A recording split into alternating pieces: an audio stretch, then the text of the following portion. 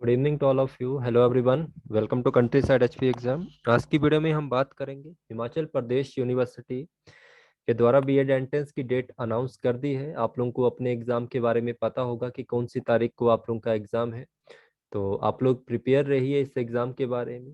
तो आप लोगों ने ध्यान रखना है।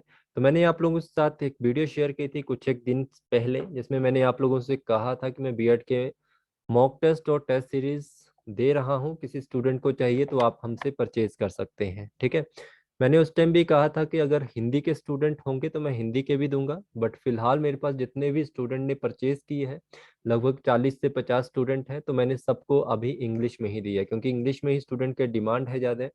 तो हिंदी में अगर स्टूडेंट होंगे तो मैं हिंदी में प्रोवाइड करवा सकता हूँ। तो यहाँ पे मैं आप लोगों के साथ कुछ क्वेश्चन डिस्कस कर रहा हूँ। तो मैं यही टेस्ट सीरीज जो आपके सामने है यही प्रोवाइड करवाता हूँ स्टूडेंट को, बट मैं आपके साथ यहाँ पे सिर्फ 20 क्वेश्चन डिस्कस करूंगा। 20 क्वेश्चन जो आप लोगों के होंगे वो रिलेटेड तो होंगे टीचिंग एग्जाम वाले। ठीक है, तो इस चीज को ध्यान रखना। बाकी स्टूडेंट मुझसे परचेज कर सकते हैं। डेली में 27 तारीख तक आप लोगों को क्वेश्चन यहाँ पे 20 प्रोवाइड करवाऊंगा। तो ये क्वेश्चन आप लोगों के किस तरह से होंगे, एग्जाम से रिलेटेड होंगे। तो यहाँ पे हम बात करेंगे क्वेश्चन जो रिलेटेड होंगे वो आप लोगों के टीचिंग से रिलेटेड होंगे। पहला क्वेश्चन आप लोगों का है, गुड टीचर इज वन। यहाँ पे बात कही गई है एक टीचर की, एक अच्छे टीचर की क्वालिटी, कि टीचर कौन होता है अच्छा। Who answer all the question asked by the people, उससे जो भी क्वेश्चन पूछे जाए वो उसका आंसर दे। Who tells people where to find the answer, जो ये बताए, गाइड करे कि जो आप क्वेश्चन हमसे पूछ रहे हो वो आपको कहाँ पे इनके आंसर मिलेंगे। Whose people do not need to ask any question, ऐसा टीचर जो चाहता है कि जो उससे कोई भी क्वेश्चन ना पूछे। हु वांट्स चिल्ड्रन, जो ऐसे बच्चों को चाहता है to learn only what he is teaching, कि वह बच्चे उससे वही सीखें जो उसने खुद सीखा है। तो हमेशा एक चीज याद रखना, एक अच्छा टीचर वही टीचर कहलाता है जो आपकी प्रॉब्लम को सॉल्व करे।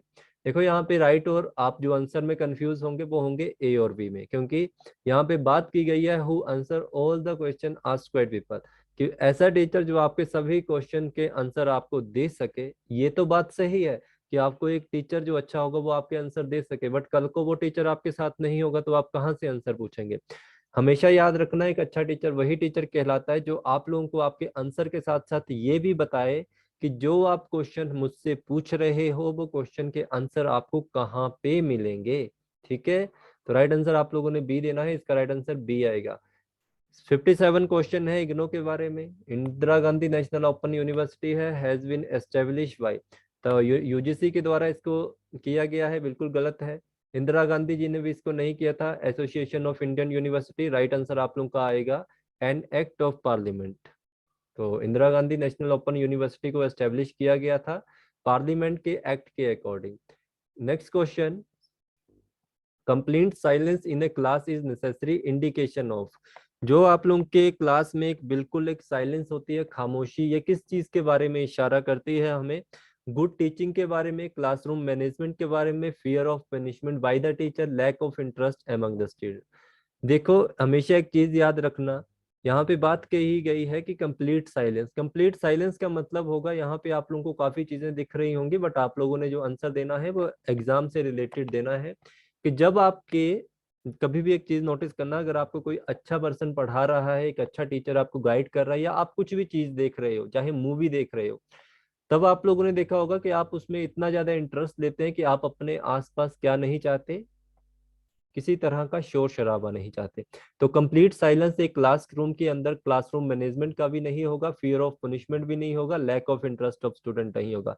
एक अच्छा टीचर जब एक अच्छी बात हमें सिखाता है, एक अच्छी चीजें हमें बताता है, तो क्लास में इंटरेस्ट अपने आप बनता है, जिस कारण हर एक स्टूडेंट का जो फोकस होता है वो किसके ऊपर होता है, टीचर की बातों के ऊपर होता है, उसको द्वारा कही गई जो हमें वो गाइड कर रहा है उनके ऊपर होता है। ठीक है, children learn better when they are, यहाँ पे बात कही गई है कि बच्चे अच्छा सीखते हैं।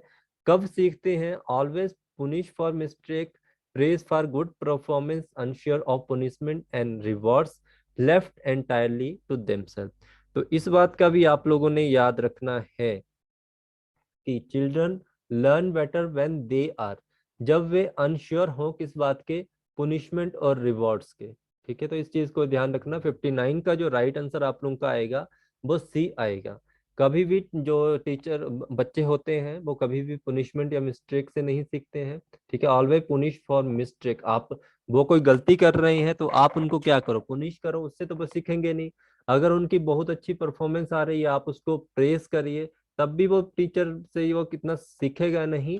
तो आपने याद रखना, unsure of punishment and reward में जब स्टूडेंट होगा, एक चिल्ड्रन होगा, तब वे एक अच्छे, ठीक है, सीखता है इस चीज को। नेक्स्ट है आप लोगों का, joyful learning is movement to based on of the theory that joyful learning is a movement based on the theory that student should find joy in school learning। तो यहाँ पे आप लोगों का आंसर ये राइट हो सकता है, entertainment should be the main M of education. तो ये बिल्कुल गलत है, एंटरटेनमेंट तो होता ही नहीं है किसी तरह से इस किसी भी पढ़ाई का उद्देश्य। All teaching should be based on play way method. Play way method से आप हर एक चीज को नहीं सिखा सकते हो। Children should be free to do whatever they like. बच्चों को आप बिल्कुल छोड़ दीजिए कि वो जो मन करे वो सीख करें, ऐसा नहीं होता है। आपकी मैथ की क्लास चल रही है कि आप वहां पे इंग्लिश के सेंटेंस बोलना स्टार्ट कर दोगे, आप सोशल साइंस को पढ़ना स्टार्ट कर दोगे, ऐसा नहीं है। Student should find joy in school learning. किस बच्चों में आप लोगों की क्या होनी चाहिए, उनमें एक उत्साह होना चाहिए, एक जॉय होना चाहिए जब वो किसी चीज को सीख रही हैं स्कूल लर्निंग में जब भी होंगे, ठीक है। स्कूल आपके किस तरह के होने चाहिए, follow what the society want it to do. ऐसा नहीं है कि स्कूल आपके सोसाइटी के अकॉर्डिंग चलेंगे। सोसाइटी बोलेगी कि 10 बजे स्कूल खोलो, 12 बजे खोलो, हमारे बच्चे को इस टाइम छोड़ दो, आप इनको सिर्फ हिंदी में पढ़ाओ, इंग्लिश में मत पढ़ाओ, ऐसा नहीं है। Strictly follow the rule of the government, ठीक है। ये हो सकता है कुछ हद तक, always do but please pleases the parents, give a lead to society to right direction, ठीक है। स्कूल हमारे उस तरह के होने चाहिए जो हमें क्या दें, गिव अ लीड, किस चीज के लिए, सोसाइटी के लिए, किस तरह का, टू राइट डायरेक्शन, ठीक है। तो आप लोगों ने याद रखना है। तो आप लोगों को इस बात बारे में ध्यान रखना होगा कि स्कूल हमारे इस तरह से होने चाहिए कि आप सोसाइटी को लीड कर सके किस तरफ, एक राइट डायरेक्शन में। A teacher should proceed further in his teaching in a class only when the following have understood what he was teaching।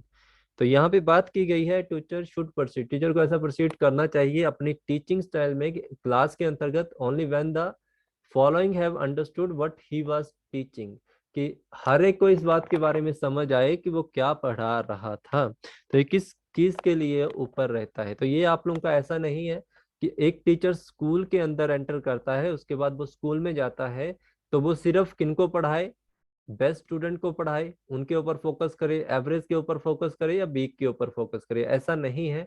एक टीचर को जब भी वो कोई भी पढ़ाई करवा रहा है, कुछ भी सिखा रहा है, उसको अपने साथ सारे स्टूडेंट को लेके चलना चाहिए। चाहे वो स्टूडेंट क्लास में अच्छा हो पढ़ने में, चाहे वो थोड़ा एवरेज हो, चाहे वो वीक हो। तो राइट आंसर आप लोगों का आएगा ए, कि सभी स्टूडेंट को वो अच्छे से पढ़ाए।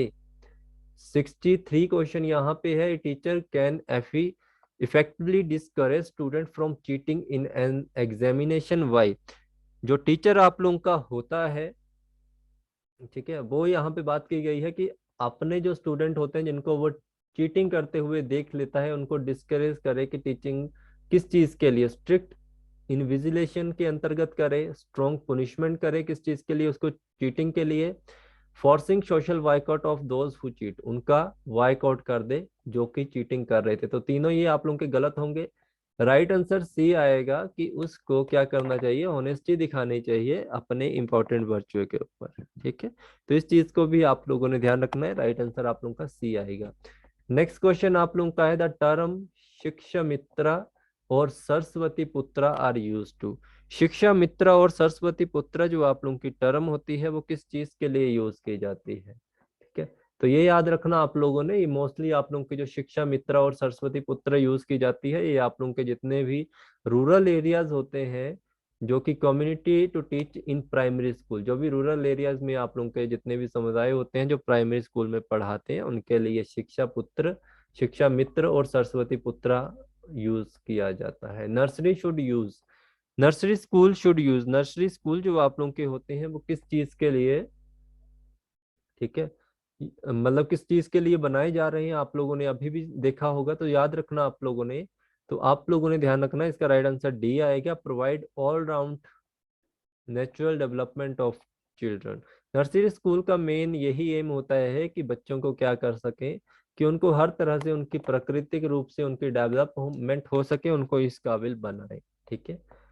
नेक्स्ट क्वेश्चन है, टीचर एम्पावरमेंट एसेंशियली मीन। जो टीचर एम्पावरमेंट होती है उसका मेन क्या होता है? इसका मतलब यह है authority of the teacher to decide what to teach and how.